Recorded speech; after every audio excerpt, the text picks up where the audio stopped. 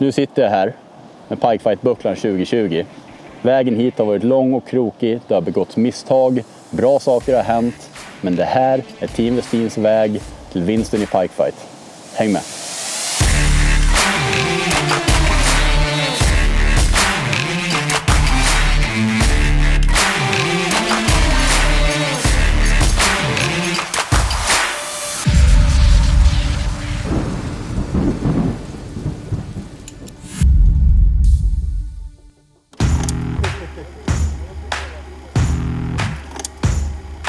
Ja, men du kan sige, at første dagen på Pikefight var jo noget helt specielt. Ingen vidste jo præcis, hvad dem skulle gå ind til, udover det var en tävling blandt 4 både, 3 brands och så Södra Sportsfiske.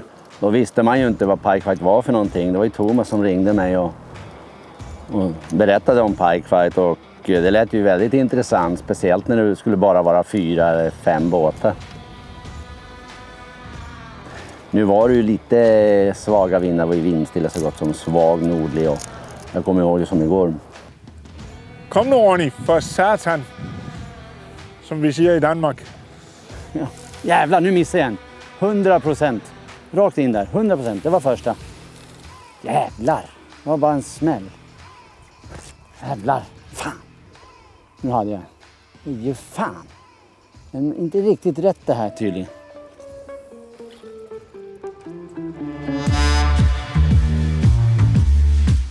Det här med bananer betyder otur, så är lika kaffe betyder tur för fisket. Så det gäller att komma ihåg att hälla upp kaffe, inte glömma bort det. Det finns så mycket wobbler och jiggar och drag och tailar och allt fan, spinnare. Och så är det bara kaffe som behövs. Det började med för många år sedan. Vi trollade lax jättemånga år sedan. Hällde upp kaffe. Så hög det en stor lax. Och så sen då började jag skoja med det där och hällde upp kaffe. Vi får hälla upp kaffe så hugger det. Och det stämde, det pang! Så hög det, även stor gädda. Så hädanefter får man 13 termos av kaffe med, så bara hälla upp kaffe hela tiden.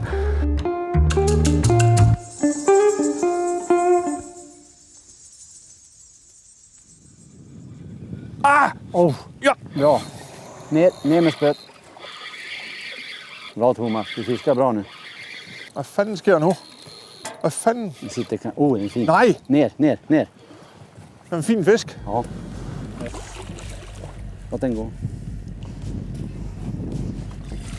Yes! Ja.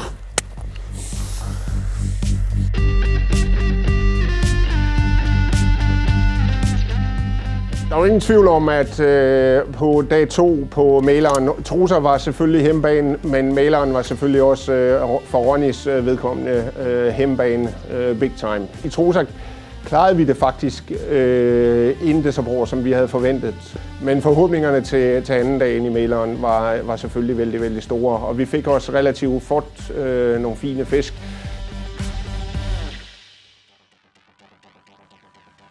Ja, det var ju lite häftigt faktiskt. För vi ligger vid en grundtopp in i en stor vik. Och Henke och Niklas är inte så långt ifrån oss. Och det kändes ju bra att de fick se det här. Men det var en stor gädda upp och jaga faktiskt i ytan. Och stort plask. Så Thomas kastade dit med Westin Swim. Han kastade lite på sidan. Så jag kom väl mera rätt. Jag kastade mitt i med mitt randrag. Och det small direkt. Det är bara tjong. Eller så var det någon som var uppe och tog någonting. Ja. Där var den. Thomas.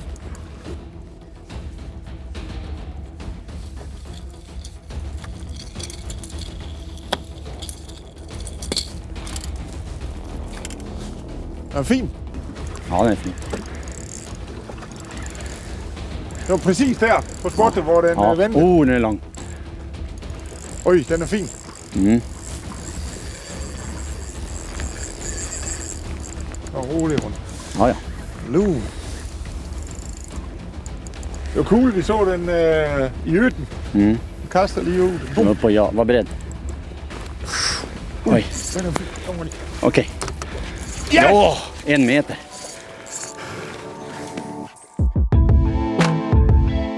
Enorm skön känsla när Thomas väl hovade den.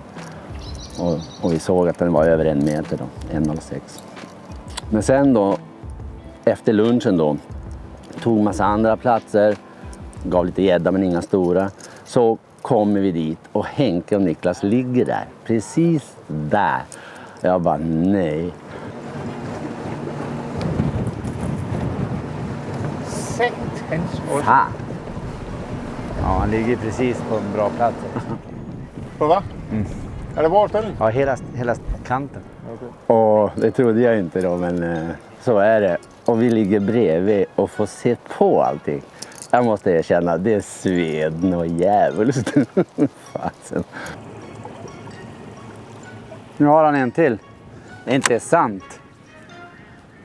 Det är fan inte sant alltså. Fan också. Det är tamme fan otroligt alltså. Nej, det är ju helt otroligt om vi ska få stryk på sista halvtimme. Man har fått 2 riktigt fina fiskar nu på 10 minuter. Ja, jag kommer ihåg en idag. Fick nästan ont i magen. Och så vet jag då att ups. Se att de går förmodligen förbi oss. Vilket de också gjorde. Så ja, det blev några svordomar där. Verkligen. Ja, det kan bli hårt nu. Faktiskt.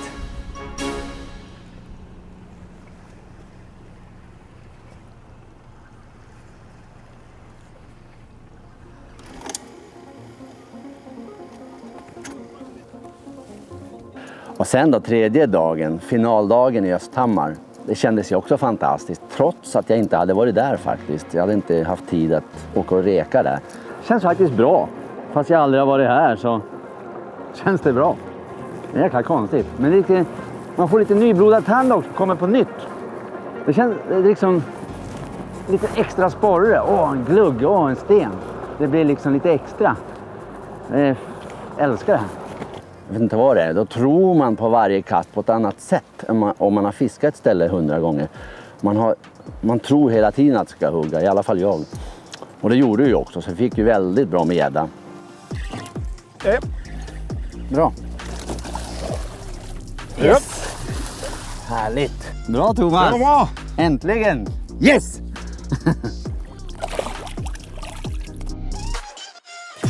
Ja, Yes! ner. Oj, ta ut. Jo, den är god nog. Fortsätt fiska det, Thomas. Så det var lite kul att vi lyckades faktiskt vinna i Östhammar fast vi aldrig hade varit där. Och så det var riktigt skön känsla, verkligen.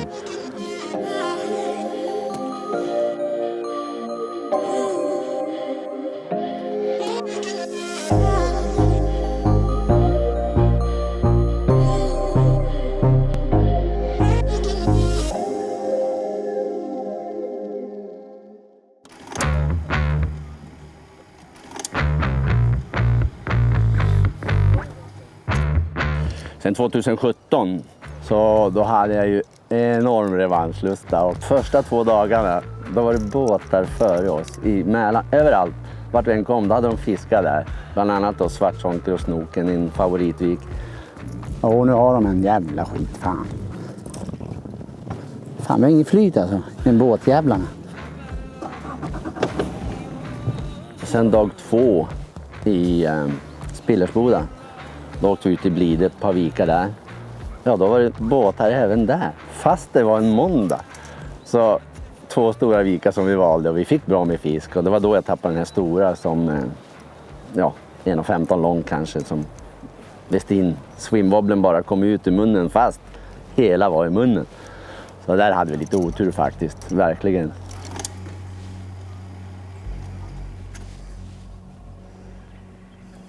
Nu! Ja, den är fin. Angår.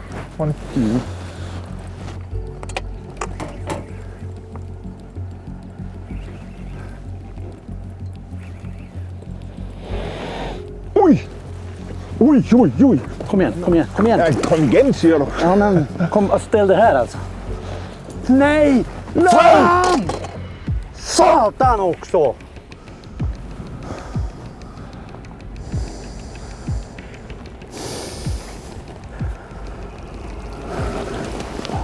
Fy fan.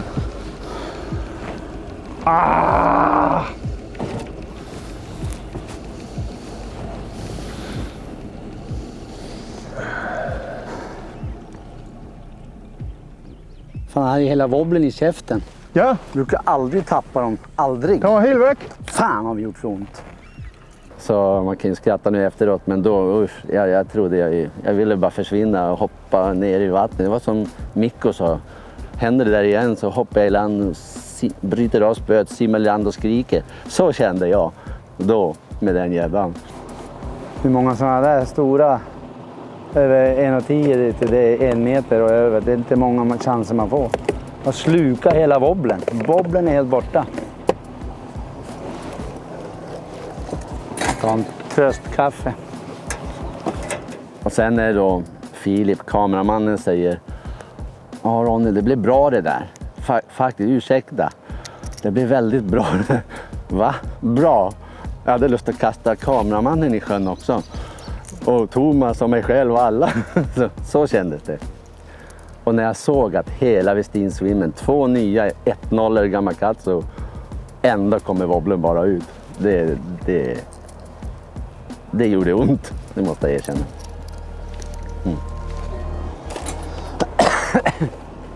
Skål.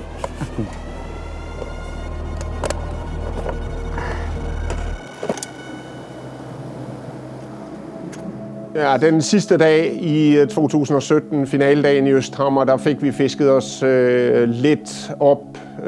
Jeg fik nogle fisk på spinnerbait, og vi fik seglet en lang distance op til en lorg vig, hvor vi fiskede på 40-50 cm vatten, hvor vi fandt et jangjetter, hvor Sufix også lå i samme område.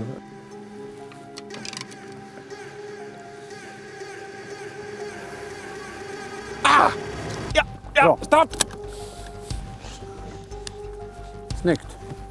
Den bättre. Jag såg det. Oh, den är fin. Och ner bara i vattnet.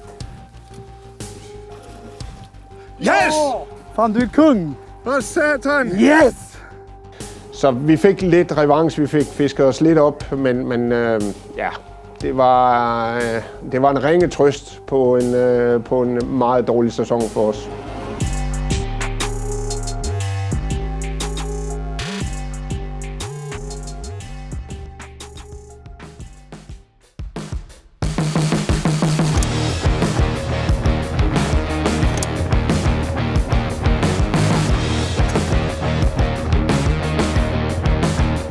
Men forberedelserne gik jo på, i forbindelse med 2018, der fik jeg jo relativt tidligt fik vi rede på, hvilke vatten vi skulle fiske, og der havde Søtter bestemt, at vi skulle fiske 3 indsøer. Og specielt Vänern, som var den ene sø, de havde valgt, havde vi, Daniel Nilsson, som vi har ansat som sælger, havde rigtig, rigtig stor erfaring der. Pulsen är faktiskt lägre än vad jag trodde. Att komma in i Pikefight 2018 var ju fantastiskt. Det var stort, det var nervöst, för jag hade bara varit med i Perchfight innan 1 år. Då. Och det var fortfarande ganska nytt för mig, hela formatet och pressen.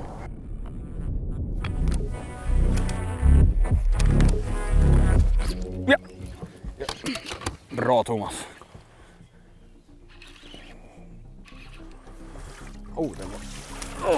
Det var starkt. Yes! Fjärde kastet. Det där, den kommer på pappret i alla fall. Ja.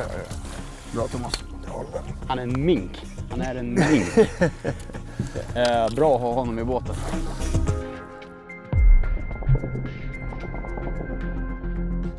Coolt. Oj! Mink Thomas. Mink. Han är som mink. När Thomas inte ränner runt och är en mink, då är han min chef på vardagar. Det är tufft. Ibland. På Ljungstaden. Jag har jobbat för minken nu då i 9 år. Han är ju en väldigt bra vän till mig. Lite som en papparoll har jag tagit lite till mig, känns det som. Han har tagit mig undan svingar och så. Men det tar ju ett tag innan man förtjänar hans respekt. Efter 9 år så är jag fortfarande en praktikant i hans ögon. Kanske efter 2020 säsong av Pikefight. Kanske han respekterar mig nu. Vi får se. Kanske börja som sommarjobbare nästa år. Vi fick en sån jäkla kall dusch första dagen när jag var med i Pikefight. Vi fick jättemycket fisk. Men jag menar, vi fick så många över 90 på reket och över metern. Vi fick inte en fisk över 90 första dagen. Det var helt knäckt. Ja, det sög. Det liksom... sög gjorde det. Jag vet inte, vi har liksom verkligen varit... Vi har inte kunnat hitta dem alltså. Nej. Sättet att starta på, från att vara här uppe med förväntningarna till att bara sitta på Burger King på kvällen och bara stirra in i minkens tomma ögon och bara känna liksom att den här minken är flådd och jag är knäckt. Det var tungt var det. Det var riktigt tung start. Men dag 2 räddade upp det och resten är historia.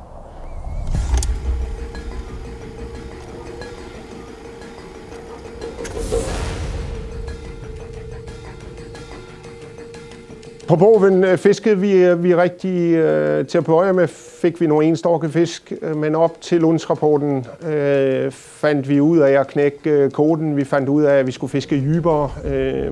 Vi fik pejlet os ind på, at vi skulle bruge gummibeten, Ricky the Roach,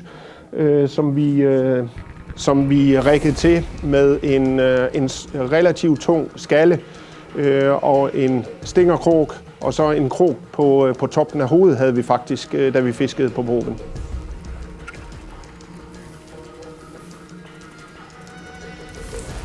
Bra Thomas! Jävla mink! Ja, bra, tror jag. Bra Thomas. Kan du köra på andra sidan tror du? Nej. Nej, okej.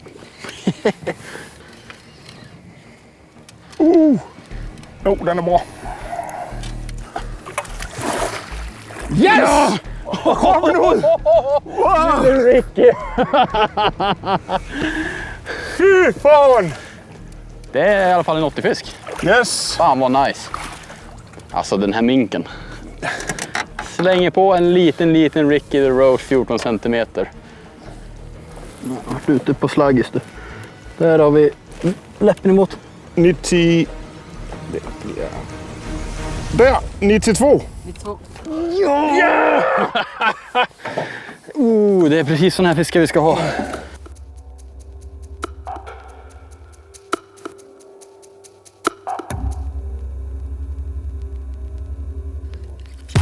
Helvete mink! Det var på droppet. Det var ett vävtag, så var den där.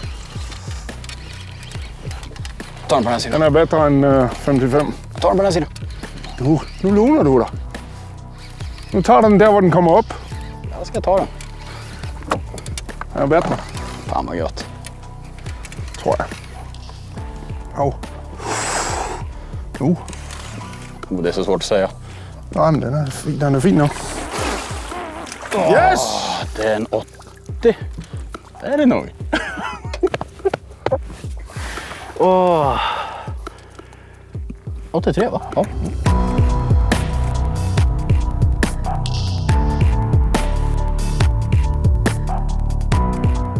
Vi fiskade fantastiskt bra.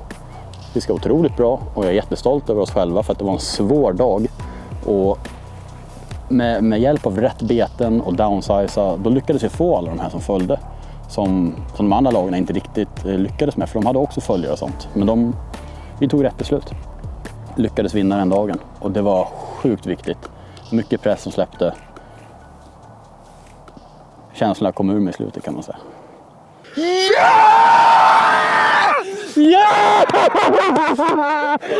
Ja! Igår gick ingenting. Idag gick allt! Det är intressant alltså. Det är intressant. Vi behövde den här dagen så ofantligt mycket. Vi behövde den här dagen. Vi behövde vinsten idag efter gårdagen. Så vi har imorgon, där har vi självförtroende. Jag kommer att kräka.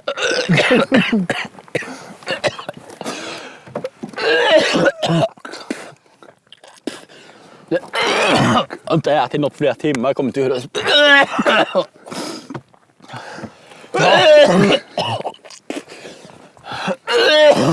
vad helvete är det? Jag klarar inte av sånt här. Det är för mycket för mig alltså. Yes!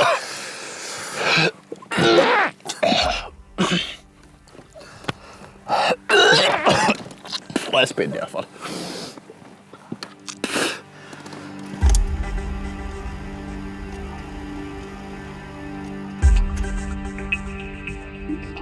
Inför finalen där 2018, som sagt, då stod vi allihop på samma poäng. Big Fiven var fortfarande ojämn från dagarna innan, men vi gick ändå ut med ganska mycket självförtroende. Vännen är jobbig. Den är sjukt jobbig. Det kan vara ditt livs gäddfiske och det kan vara en blank dag. Och det kan vara samma ställe från dag till dag. Ena dagen livsfiske, dagen efter blank dag. Så att det är faktiskt lite grann öppet mål. Vem som helst kan vinna idag. Jag visste att mina spots kommer inte funka, det jag har haft bra. Så vi tog ett beslut. Vi korsade den här sjön. Gjorde en jättelång förflyttning till det område som håller mest gädda på hela sjön. Och på den tiden också ganska ofiskat jämfört med många andra ställen.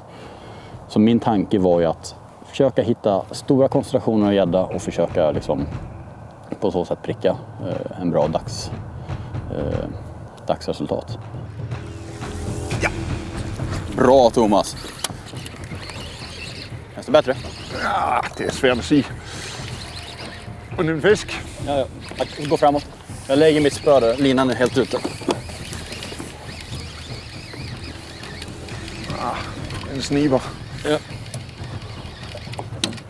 Ja, den är smal. Den får jättegärna vara smal. Då fightar de sämre. Dra. Bra. Yes! Nice! Yes! En grynrotta till Thomas. Thomas kastar helt upp på det absolut grundaste. Det kan inte vara mer än en halv meter djupt där. Så sa det smack. 85. Upp lite, upp med. Så. Ja, 85. 85. Första vettern. Första vänern i det båten. Vi tog Göta kanal till Vättern egentligen. Yes. Det är så långt åkte vi. Så, kör det.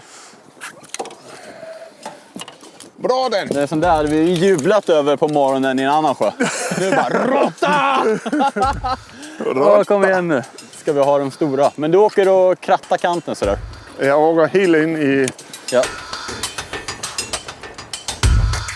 Jeg vil så sige, at der er ingen tvivl om, at vi var vel i de fleste søgende var vi vel favorit til at vinde den dag kvæg Dannes erfaring med fisket på Vänern. Og ved Lundsrapporten, der fører vi også over dem andre lok, og vi fisker faktisk rigtig, rigtig bra på eftermiddagen også. Får fine fisker og slutter af med en meters fisk.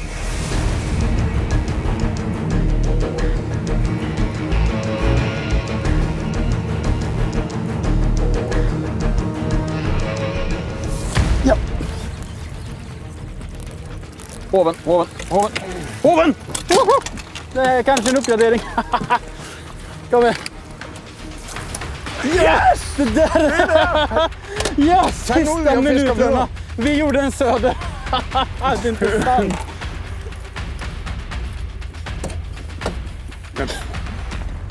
Jag tror fan det.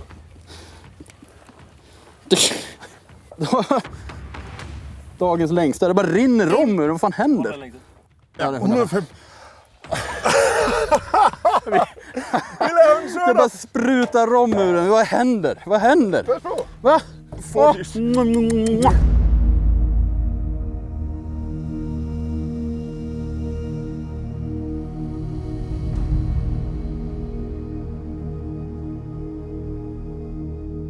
Jeg tror ikke, vi kunne i 2018, kunne vi ikke have gjort mycket anderledes end det, vi rent faktisk gjorde. Det ser jeg ikke til boks. Den plan, vi havde, den fulgte vi stort set. Det, som ikke lykkedes i planen, var stubværksfisket i Roksen den første dag. Resultatet for 2018, det var tuft at svælge, at vi ikke vandt der.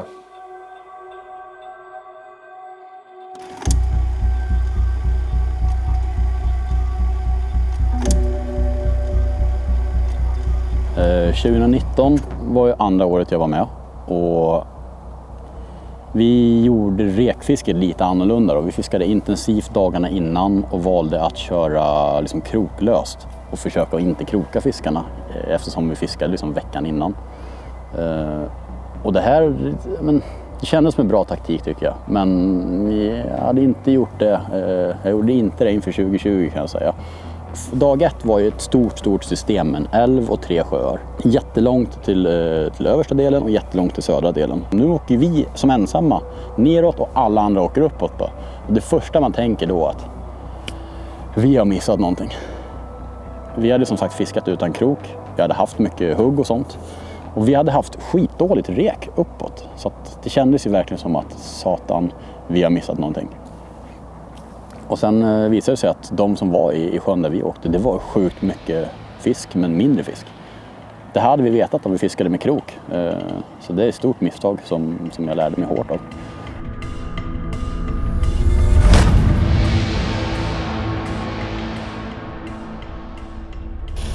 Ja. Oj, det är en fin fisk. Det är en helt okej fisk där. Nice. Fy fan, det är så jävla kul med spinnerbait-hugg så att det är så jävla larvigt alltså. Hopp, kom bak här. Oj, oj. Yes! Gött! Så kör det för praktikanten. Jävla cool fisk alltså. Den här har sett mycket trauma i sitt liv. Och den är så mätt. Den är så mätt. Det är häftigt. Kolla in den där buken. Den har ju liksom... Jag hoppas på att hitta lekande brax här i viken. Men de är ju för fan här i allihop. Spinnerbait. Monster Vibe Colorado Blade. Mycket kaos. 65 gram. Ni kan kasta det med vilket spö som helst. Ni behöver inget specifikt spö. Bara kör i vanliga gäddspö. Och det är så jäkla roligt när de hugger. Alltså det är som spänn i grejerna.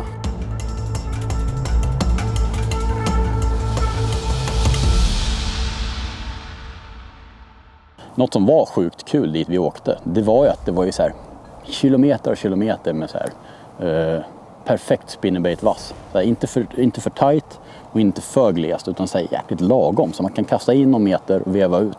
Och de här jädrarna stod ju parkerade där så att det var ju så sjukt kul fiske. Vi körde ju Monster Vipen så det bara glödde om skedarna. Vi fick ju cykelpumpar och det bara stod härliga till.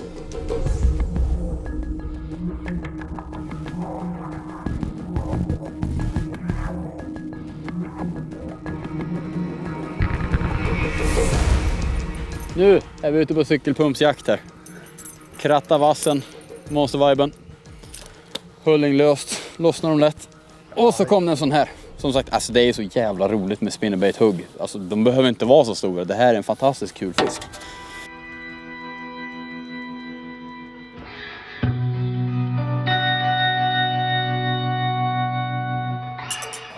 Alltså det enda djuret på planeten som jag inte klarar av, det är ju spindlar. Och det är liksom, när jag var liten, när vi flyttade till Sverige när jag var 8, då flyttade vi till ett ställe som heter Karlsborg. Och det är ett av de så här ställena i Sverige som har mest artrik med spindlar. Det finns sjukt mycket olika spindlar där. Och jag var så fascinerad, jag samlade, hade med burkar, mata, studera. Jag tyckte det var skithäftigt. Sen bara drömde jag en natt att de där liksom tog ut, det var bara så här mardröm. Att de bara så här typ rymde och attackerade. Det var så här en hemsk dröm, jag var ju inte gammal liksom. Och det där, typ dagen efter, jag bara rafsade ihop alla burkar, bara ut med dem i skogen. Jag kunde inte se dem. Efter den dagen, eller efter den drömmen, så har jag haft sån sjuk fobi och det blir bara värre och värre för varje år. Och det går aldrig över. Och det där fick ju Thomas Minken reda på morgonen innan vi började filma. Så jag tänkte, nu ska vi fan lave lidt skoj med ham ude i båden. Så jag siger til kameramanden, nu får du ställa på kamerat.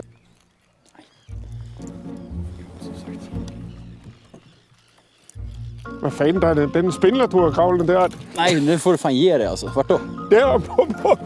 Nej, men nu, lägg av. Ser du den ikke? Ja, men nu driver du eller? Vadå, nej, vart är den då? Ja, men på riktigt alltså. Ja, men ta bort den då. Vart är den? Idiot, kan du ta bort den? Är du snäll? Vad fan så? Skojar du eller? Ja. Oh. Det värsta jag vet. Fan. Altså jeg vil sige, jeg har flere tiltag i fikken, så I vil se flere spindlertiltag fremad. Det er der ingen tvivl om.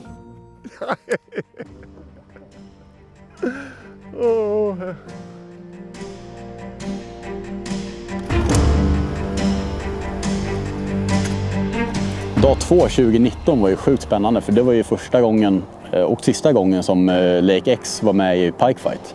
Vi gjorde bra ifrån oss tycker jag ändå. Nu var det så här, vi hade typ samma resultat som Tobbe. Tobbe kom 3, vi kom 4, Söder kom sist.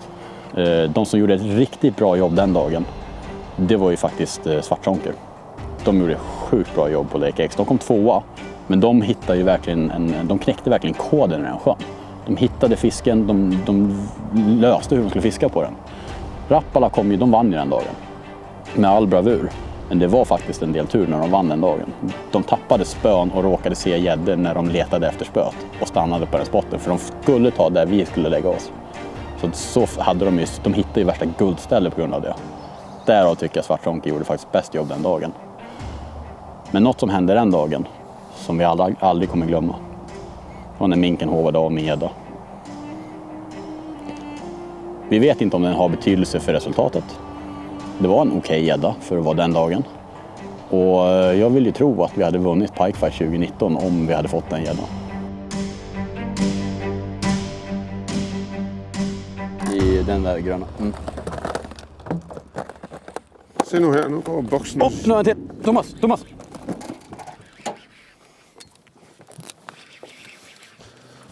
The raw bite. Kolla. Har de fisk igen? Ja. Åh nej!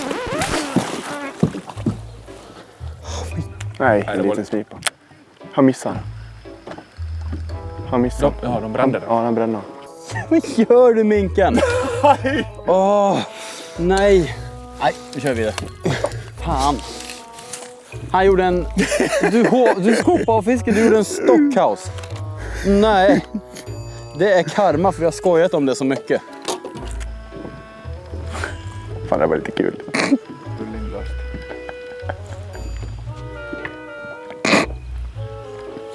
Du, det kommer du få höra. Nej. Danne ville jo hævde til sin dødstork, at vi kunne have vundet på den fisk. Men realiteten er, at Danne og hans matte, det har aldrig været hans storke side. For der skulle faktisk 16 centimeter til fra den mindste jætte, vi fanger den dag. Og så stor var den fisk ikke, jeg håbede af, men yderligere 16 centimeter i forhold til den. Han skopade av min fisk. Den var for fanden inde i håben. Ja, tills den åkte ur håven. 50 gram her.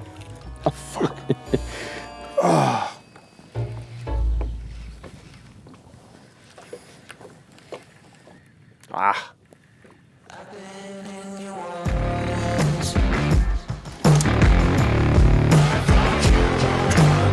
...2019 dag 3, då klappade liksom allting för oss. Vi var ju på en stor sjö. Det handlar om grymfiske. Det är min absoluta favoritsätt att fiska. Jag är bekant med den sjön sedan tidigare. Och vi tog faktiskt inte ett enda kast på reket. Och vi fiskade en hel del nya platser. Så vi åkte mest runt, kollade hur grynnorna såg ut på reket. Och loggade upp dem så vi vet precis vart de började. Och sen väldigt snabbt leta ett mönster. Åka runt med tjädertis, fiska fort. För gäddorna den tiden på året är väldigt opportunistiska på de där grynnorna. Är de där så hugger de ganska omgående. Speciellt om man har en tjädertis. Nu är det här är coolt. Det här är precis som jag gillar. Det är stora vågor. Det är nästan svårt att stå i båten. Och solen skiner. Tjädertisen är riggad och klar. Det här är en som jag har fångat mycket fisk på. Och det blir såklart mitt förstahandsval. Man får alltid tänka det. Alltså, någonting som är väldigt bra tuggat och slitet. Det har ju funkat. Det är hett. Vi har ganska stökiga förhållanden idag. Det blåser typ 6 sekundmeter i medel.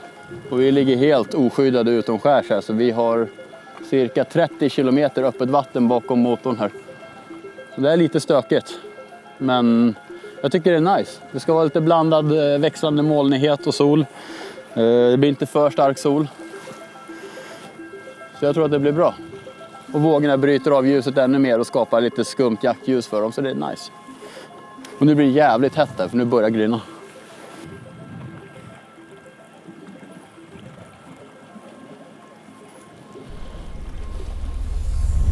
Ja, Thomas.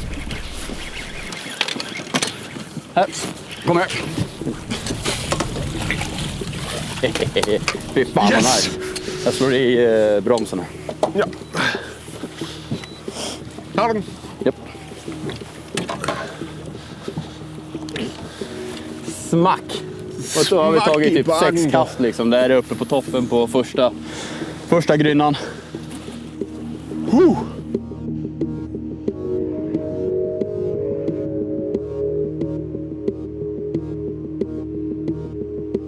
Vi började dagen med att fiska 2 med olika beten. Så Danne började med 27 cm chattis som vi hade fiskat med året innan och haft stor succé med. Och jag började med Vestin Swim 15 cm. Jag började med nya bulltees och flera andra beten. Men där han hade fanget, Danne hade fått en 3-4 fiskar och jag faktiskt inte har fått någon. Där skifter vi, så jag fiskar med exakt den samma chattis, också 27 cm headlight.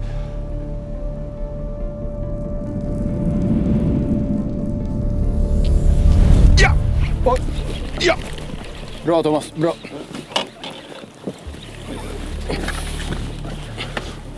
Den föll som en god fisk den. Ja, den borde vara fin. Men den är stor. Ja. Jag kan inte använda elmotorn nu. Jag åkte ut på djupet här nu bara för att liksom försöka få en stor direkt efter lunch. Och så Thomas bankade i en riktigt fin här nu. Hur fan Thomas, vi tar det här nu. Du har fångat många stora gäddor. Fy fan, den är bra den här. Ja. Hur fan vad kul. Ja, jag ser den. Den är ner på botten. Helvete. Okej Thomas, nu gör vi det. Okej. Den bara rosa. Min lina. Ska försöka bromsa oss lite grann. Wow.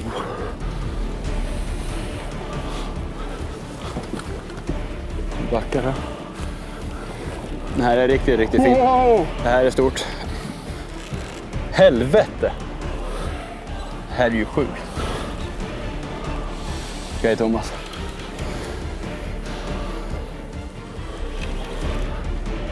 Åh fy fan. Fy fan, säger jag bara. Pressa på. Nej, den var inte så stor den här. Fan vad stark den var.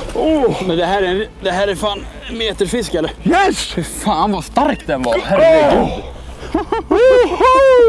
Vad satan! Snart kom skrammet. Jävlar vad kul. Fan vad fin konst det var på den alltså. Den är så snygg. Fy fan, vi måste åka ut och prova några riktigt djupa grynnor. Det tog 6 kast kanske, 5 kast.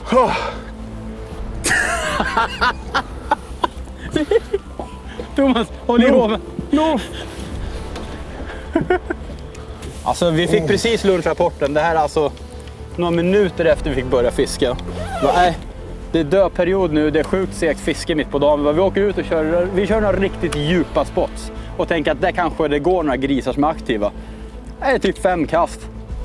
Så kommer minken och visar en fan som är chef alltså. På en headlight shad tease 27 cm. Finns inget bättre bete för sånt här fiske, det är helt stört. Oj. Vänta, nu är den emot. Ja. Insekt.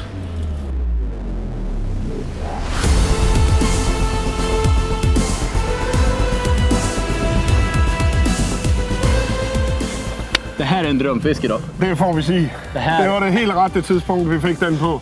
1,6 meter. Fy fan vad nice.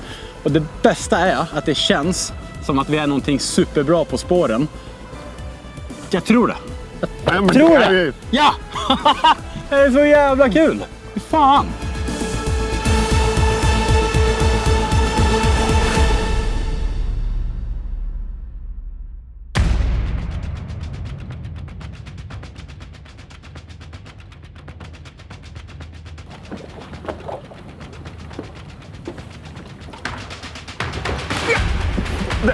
Yes! Bra Thomas. Minkjävel. Är det bättre? Ja. Ja, nice. Okej, kom bak och Thomas är bak här så arbetar vi från akten. Vill du gå fram där? Bra. Det är bra, jag städar undan de små och minkarna kliver på de större här.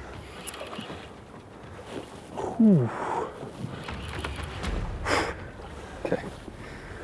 Det är fan vad coolt att det funkar att köra här ute i djup liksom. Säger han. Oj, pressa in! Ja! Det är det vi behöver! Ja! Det där är nice! Ja! Åh! Vad händer? Vad gott! Det är fandme, det der tæt på 10 kilo, den der. Ja, Hvis ikke den den er er fin. 10 kilo. Fan vad nice minken! Woo! Det där! Det är så man avslutar en rolig dag. Åh, fy fan vad nice! Åh, vad roligt! Fan vad kul! Vilken jävla praktfisk! Ah, fy fan! Åh, vad nice! Ja!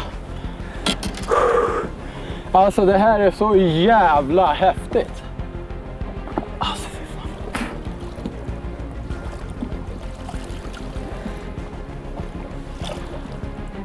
Ta upp den nu då. Så gör vi det här.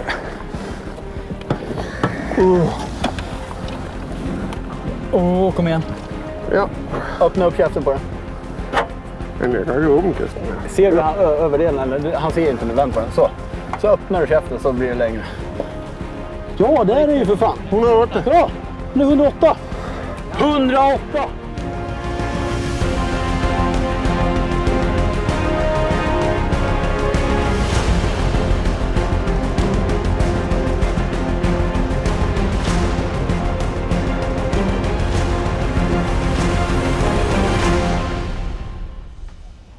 Det jag lärde mig från 2019, det var att i slutändan så avgör sjukt små marginaler. Jag tror vi var typ 2 centimeter. Hade vi fått typ en 2 centimeter till på vår Big Five så typ hade det kastat om på något sätt och så hade vi vunnit. Abu var 1 centimeter från vinsten. Och då blev man så här typ, shit alltså. Det är så små marginaler. Och veta vilka utav vattnen som man ska lägga vilket typ av krut på. Vart ska man fiska stor fisk? Vilket vatten gäller att safea och försöka komma på en bra mittenplacering. Eller bättre såklart då. Och sen även självklart hur vi gjorde rekfisket. Jag har lärt mig jättemycket. Och jag tycker att det spelade ut sig 2020. Vi fiskade på ett helt annat sätt. Reka på ett helt annat sätt. Vi vann på det bästa sättet.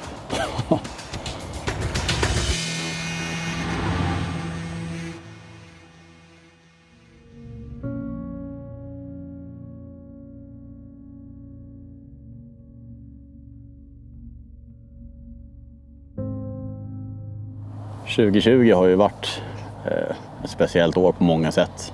Liksom, överlag. Som pandemi och produktioner och allting. Alltså det har varit väldigt mycket känslor det här året. Det känns som att de 2 första åren var som en startsträcka för mig i hela Pikefight-formatet.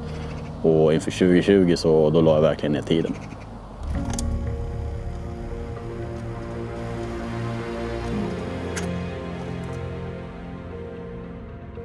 Ja, i år var det första året som Minken 2.0 var med i båten. Elias Narvelo, en väldigt nära vän och en kollega sedan 9 år tillbaka. Jag kommer aldrig glömma när Thomas ringde mig när jag stod och grillade med en kompis faktiskt. Så sa han, svensken, du får hoppa in, är du redo? Och det kommer jag ju aldrig glömma, det samtalet. Dag 1, det var så jäkla kul på reket där uppe. För jag la typ 3 dagar där dag 1 skulle utspela sig. Och sista dagen då bara hittade jag ett mönster. Jag hade så jäkla kul fisk. Jag åkte upp på morgonen och det bara klaffa. Perfekt på grunderna. Jag hittade så här gräs, det var strömt. Och det bara stod gädda överallt där man typ precis ska tänka sig att det står gädda. Och det där är liksom slutdestinationen för dem. Det är inte någon mellanlandning utan det är där de kommer vara. Dagen innan vi ska filma, då är det den blåsigaste dagen på hela jäkla våren. Det blåste så mycket och det blåste utifrån havet, rätt in. Vi kom ut på grynnorna. Det var liksom lervälling där ute. Och i nästan 20 sekunder igår det blåste rakt in här. Och det kan jag ha flyttat om och stöka. Det är ju grumligare än vad det ska vara och allting. Det är ju fan att det ska bli så här just dagen innan vi ska tävla, så är det den stökigaste dagen på en månad. Fan. Så det helt plötsligt gjorde att det blev annorlunda för oss. Vi var tvungna att leta efter vikar som hade klarare vatten för att få större fisk. Och vi hittade det. Ja. Jag räcker. Ja. Stod precis där den skulle. Räck. Start, stopp, räck. Det är bra för kameramannen var med lite på filmen också. Jag tror det är en sån här 80. Oj, den var hungrig rackare. Den var liden. Oj, nej, inte ens godkänd. Nej. Ja, nej! Kodden. Fan, vilket dåligt hugg alltså. Det var ju... Ja, där kommer. Klenisar. Nej, den släppte. Nej. Han var bara... Det var ju ingen riktigt bra hugg. bara peta. Det var en liten. Små fiskar på stora beten. Det är inget bra. Det är det värsta som finns. Kameramän som inte har belief alltså. Han tror inte på oss. Han pissar när det hugger. Fy fan. Köper och säljer aktier. Det var bättre med en GoPro om man bara kunde loopa. Ja. Eller ställa mobilkameran. Autofokus. Förlåt, synten. Det blev väldigt dålig stämning här. Så satt han bara så med sked. Fan! Det var fisk. 100. Måste det räcka?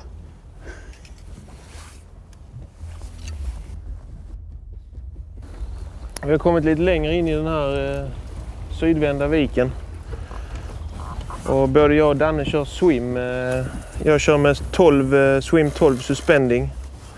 Och Danne kör 15 suspending också. Och varför vi använder swim här inne nu är perfekt att köra lite så här i halvgrunda vikar. Och så bara precis veva hem den, stanna, veva hem den, stanna. Kör en meter, stanna. Sen kan man trixa bara lite med rullen, köra så här. Beroende på vilken gång man vill ha och leka rätt mycket med den. Det som är fördelen med swim. Ja, där hög. Det är fördelen med swim. Fort. Den är bra. Ja, du ska nog... Ja, jag skyndar mig. Lägg ner spöet bara, skit i det. Lägg den bara. Den är fin. Fort. Här. Gå bak och ta den, gå bak och ta den. Bak. Ta den! Elias, vad fan är det? Nej! Ja! Ja! Ja! Åh! För helvete! Oj! Åh! Jag tror du var där framme. Gud! För helvete! Jag är egentligen ingen tävlingsmänniska, men pikefight drar ju upp de här känslorna och tävlingsnerverna som man blir extrem tävlingsmänniska. Så det är svårt att sätta ord på det. Det är ju, menar, vi lever och andas fiske och vestin dygnet runt. Sen står vi i en tävling där vi representerar det vi brinner allra mest för. Så det är ju enormt mycket känslor för det. Det var länge sedan jag hade sån puls. Det var jobbigt. Det var jättefruktansvärt. Så får man inte... Nej, det var jättejobbigt. Oj. Slutet gott, allting gott. Ja. Jäklar, vilken schysst fisk. Oj. 103. Vilken jäkla fisk.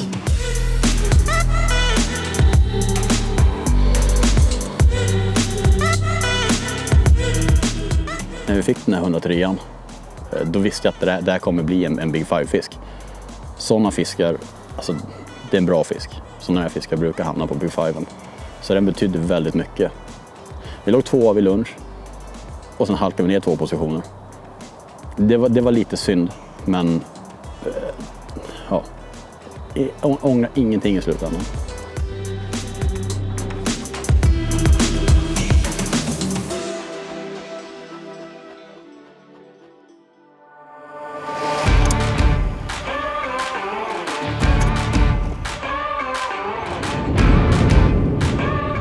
Dag 2 har vi ju väldigt bra fiske, speciellt Danne där med shadtees och bulltees, och vi får höga 80 och höga 90. fyller pappret. Sen är det ju igen jättebra förmiddag. Ja.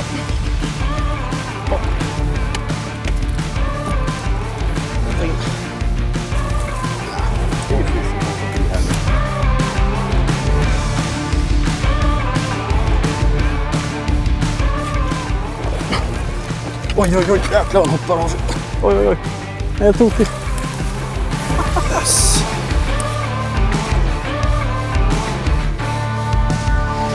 Den här, den ska vara tillbaka. Ja, han ska tillbaka. 89 centimeter. Kanelbullegädda alltså.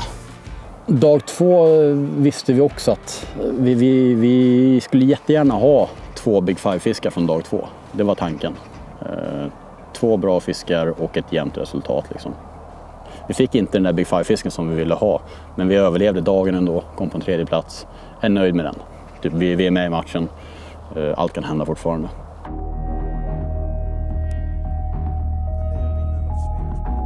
Dag 2 hade vi bara en gädda över metern i Big Fiven. Så där kände vi att vi ligger bra. Vi har ju fiskat bra och stabilt. Men vi saknar ju de här. Vi hade behövt 2-3 meters gäddor. I och med att Big Fiven är så extremt viktig och ofta avgörande. Så där kände vi verkligen att inför dag 3 så måste vi dra upp några meters gäddor.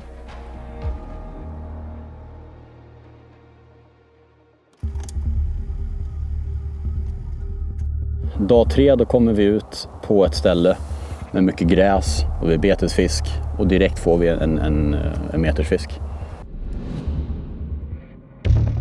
Och det är så mycket betesfisk här inne så att det är helt sjukt. Det är som en matta här, en persisk matta med sik. Va? Shit man, det är hur mycket som helst. Det här ska det bara smälla alltså, herregud.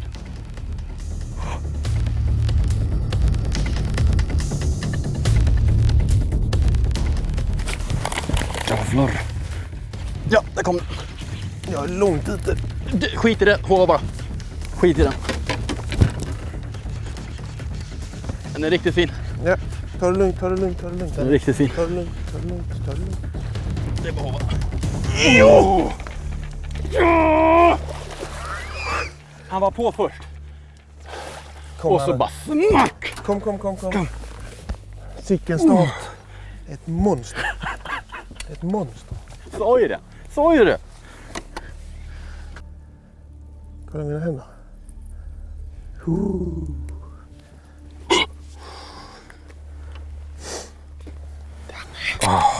Precis det vi behövde. Sop.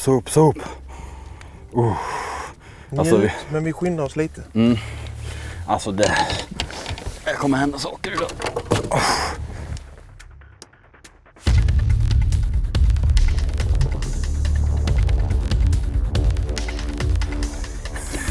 Typ. Vad gött. Vad är klockan alltså? Vi har fiskat i typ 10 minuter. Kommer in till värsta sikstimmet. Och så står en 102 där. Bultisen bara. Satan vad häftigt.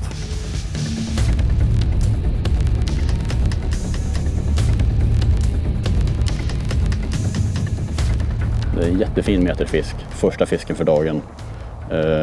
Och det här var ju en sån dag. Jag åkte ju runt som sagt jättemycket på finaldagen på reket och letade efter platser jag tror att de skulle kunna vara under tävlingen. För att på reket då var de ju i stort sett inne i lekvikarna. Och där kommer de ju inte vara under tävlingen. Så det handlade ju mycket om, förmiddagen handlade om att se ett mönster. Fylla pappret, se ett mönster och sen lägga all krut på det mönstret på eftermiddagen. Det var vår taktik. Och vi såg ett mönster, vi hittade de större fiskarna i gräs. Vi åkte ner, vi fiskade på sten och fick en del fisk då och fyllde pappret. Vi hade en bra score på förmiddagen men det var inte tillräckligt för att vinna. Vi såg på rapporten, okej, nu ser det ut så här. Vi måste tillbaka till där vi började för där har vi inte varit den morgonen. Kommer tillbaka, det roliga är att Elias säger, så på förmiddagen så hittade han en gäddtand från en av gäddorna som hade lossnat i båten. Och det här hände för oss för några år sedan när vi var filmade på en sjö. Och då satt en gäddtand i en shadtis tror jag det var. Och då sa han det här betyder nog tur. Och då fick vi en gädda på 118 och en på 121 samma dag. Och ett gäng runt 110. Och det var ju det bästa fisk jag någonsin upplevt då. Och då säger Elias på förmiddagen på finaldagen, då hittar han den här gäddtanden och säger satan. Tänk om jag har sån här tur igen med den här gäddtanden. Så jag tog den, gömde ner den i båten direkt och har kvar den då. Den ska jag liksom gjuta in i någon form av smycke eller någonting, för den här gäddtanden, den är speciell. För på eftermiddagen så åker vi tillbaka till morgonens spot. Och sen brakar bara helvetet loss liksom.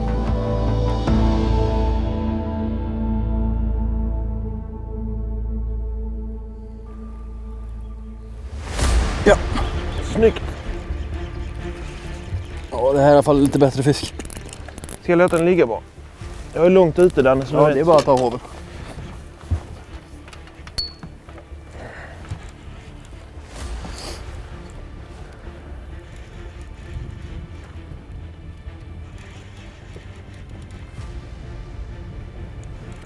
Ja, den är lång.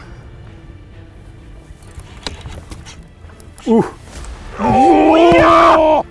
Där var den! Ja! Fan vad nice! Du är kung Danne. Fan vad nice! Yes! Ta mitt spö där bort. Oj. Där satt den! Här kom den. Här kom den!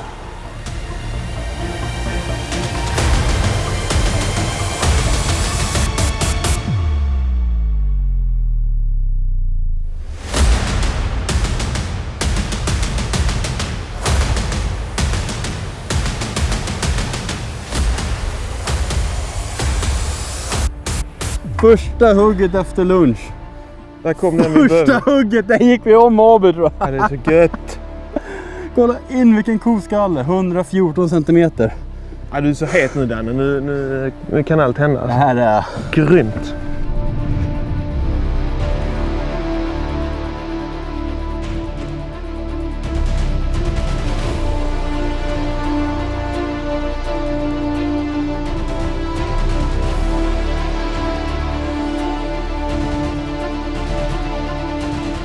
Nej, det är helt sjukt. Jag hade bra på reket på Bull TC just Headlight Herring. Alltså den har ju varit helt avstängning idag. Det var just i solsken den briljerade på reket och nu idag har den ju varit sjukt bra. Så här tungt bläck har jag aldrig haft i en pikefight-penna. Ja! Jävel! Det är tur att jag har mycket bläck i den där pennan. Det är nog en uppgradering också. Ta den. Det är det lätt. Kom hit, slit. Så. Ja. Det där är... Kom med den då! Fort du får löst den. Jag måste skriva. Bultis! Alltså. Oj. Detta är vad som händer. Bultis. De jagar i stim i Norrland. Den här har jag och Peter som faktiskt tagit fram. Det känns extra bra. 97 va? Marcus? 97. Ja, coolt. 2 kast. 114 och 97. Ja, det är så gött. Nu har vi uppgraderat oss. Bulltease, Big det här är bullfest. Det här är bullfest där. Fram med kaffet. Alltså jag måste skriva mer. Du får sköta det där. Släpper in den snabbt då. Ja. Titta. Ha det gott! Yes!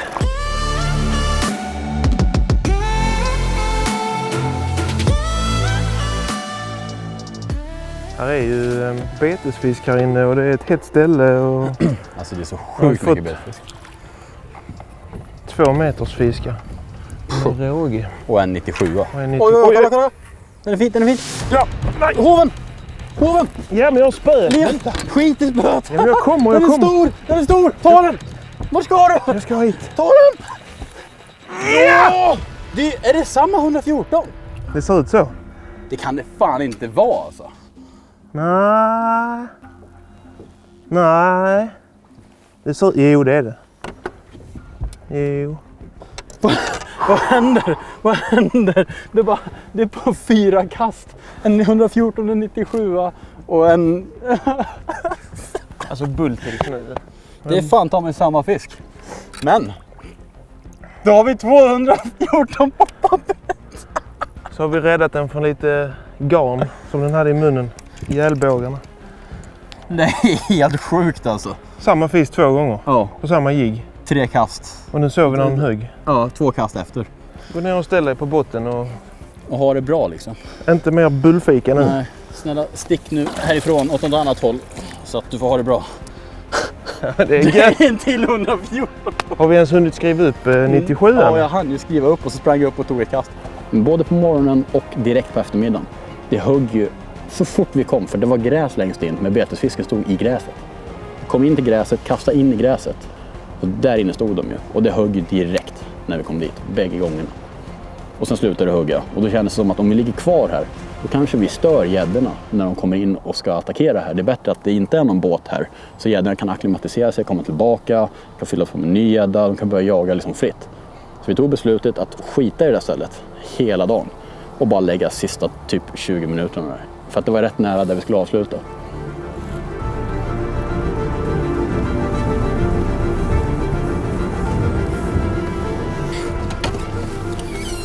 Okej. Nu gör vi det här. Slutspurt. Finalen 2020 Pike Fight. Nu är vi tillbaka. Det här ska hända. Nu har jag låtit det vila i typ 5 timmar. 6 timmar nästan. Så nu kör vi här alltså. Det är nu det ska hända. Vi vill ha en meters till. Det här hade varit fantastiskt.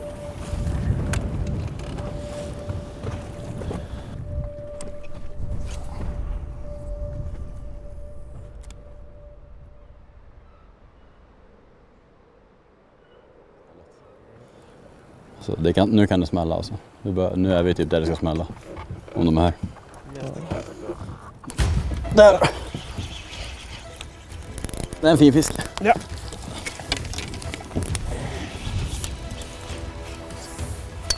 Ja, det är en fin fisk. Fort.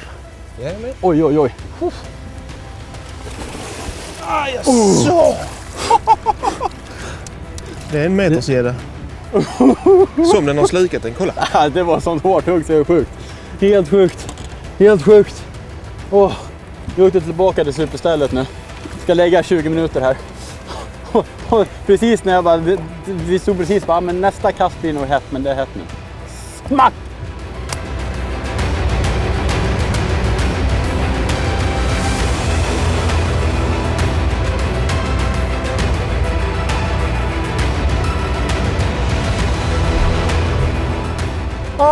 Vår sista Big 5 meter. Där kom den. Va?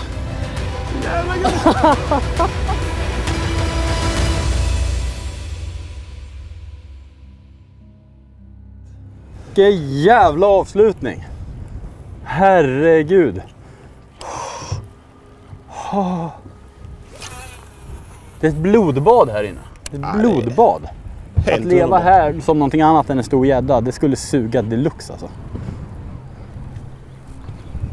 Jag har ju fortfarande lite tid alltså.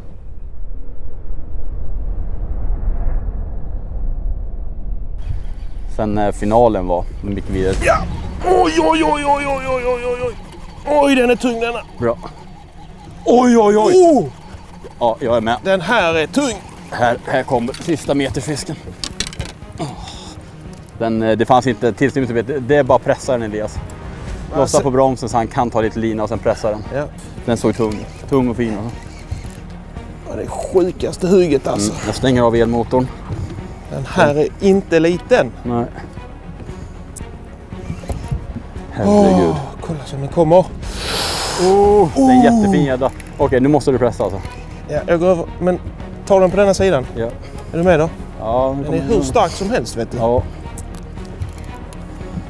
Jag backar nu. Okej, ja. Sen när den kommer upp. Nu kommer den. Pressa hårt, pressa hårt. Ja! Ja!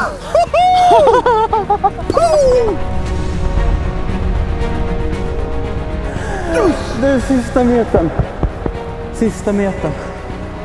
Oj, oj, oj. Alltså den är så krallig den här fisken alltså. Vilken jäkla fisk. Tungan är där. Jag ska bara samla mig i 1 sekund. Vilken jävla fisk, Elias. Han har bett överallt den här. Den är grov. Ja. Kolla. Vinkla mot kameran. Kolla. Kameramannen. Där är den 109. Ja. Elias tar den här, men det är superbråttom. Alltså. Här, kolla in skallen på den alltså. Den är så ond. Så häftig alltså. Den bara klippte bulltisen. Det var sånt hugg och den gick upp och hoppade som en tarpon alltså. Den är så grov. Kolla huvudet på den. Oj. Finalerna i Pikefight har ju en historia av att innehålla en hel del sjuka händelser. Och det här året är ju inget undantag, såklart. Vi har haft en grundstötning, vi har haft en motor som har pajat och vi har haft 11 gäddor över 100 cm. Bara idag. Det är bra alltså. Alltså jag förstår ju att ni är sugna på att höra hur det har gått och det är jag med. Så jag ska inte hålla er på sträckbänken längre. Vinnarna av Pikefight 2020 är Westin Fishing!